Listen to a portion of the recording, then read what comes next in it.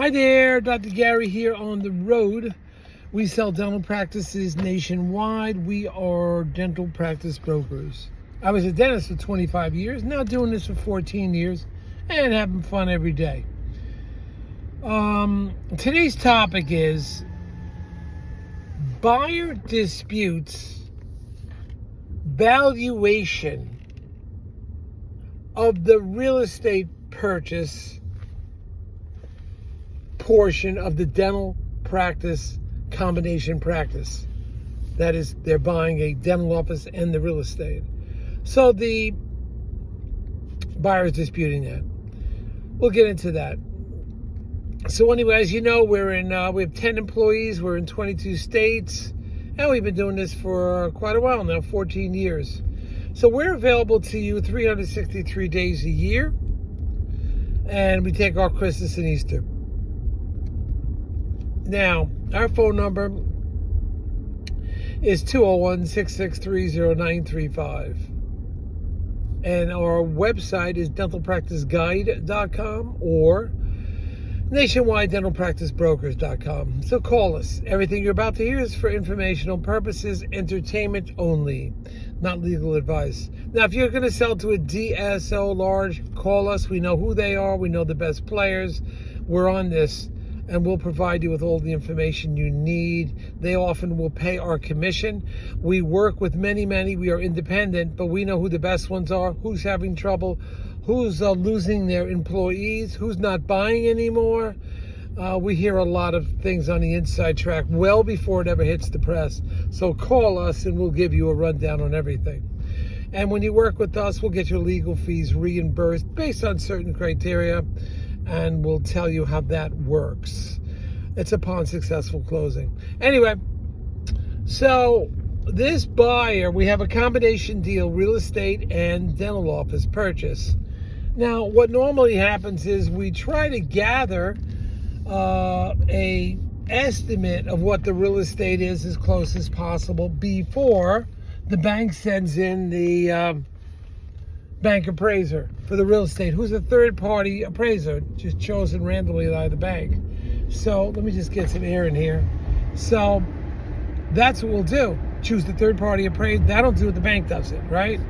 Bank chooses it, and generally 95% of the time, the buyer agrees with the appraisal, and so does the seller.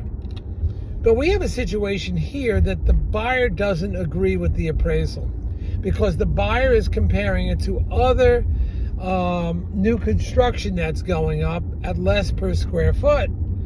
But we're saying there's a lot of factors involved when they do a third-party appraisal. It's not just per square foot exactly. Yes, it is the circumference of the interior of the dental office. It's the four walls. It is not the dental equipment, etc.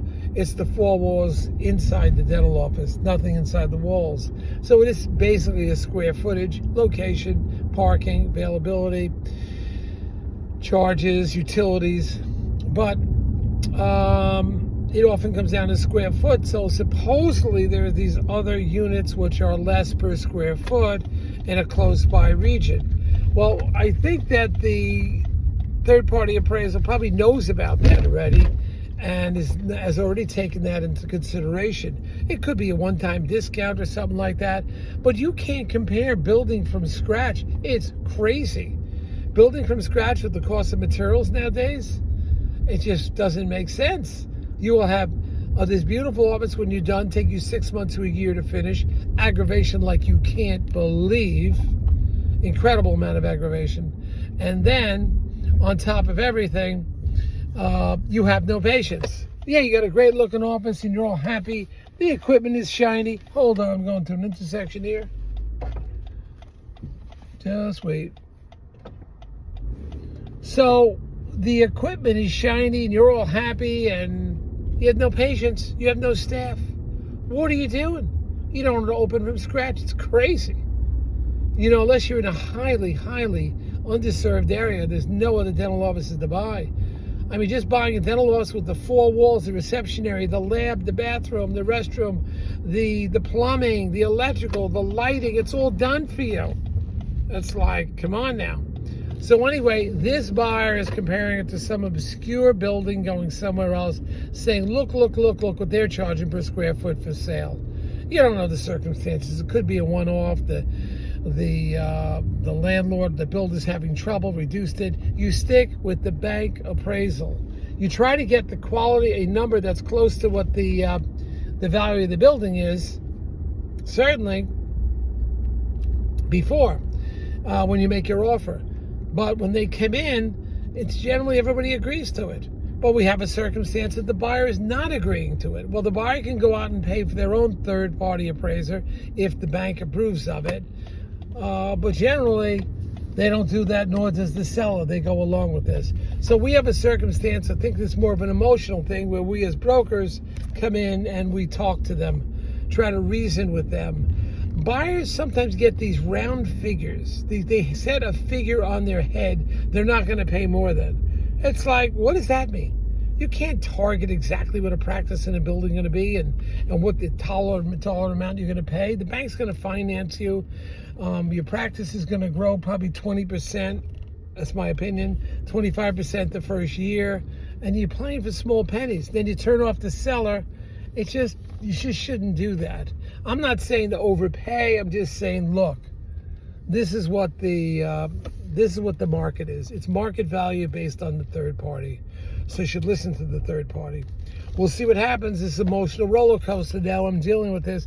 This is why you need a broker that understands it and can talk where the seller can't talk. Because right now the seller's not happy, the buyer's not happy. I'm in the middle. I'll try to put it together. Of course, along with the attorneys and along with the bank. We will get this together because we are used to chaos, problems, issues, happens all the time. We're on it 24/7. Thank you. You like what you hear, hit the subscribe button. You'll get a lot more.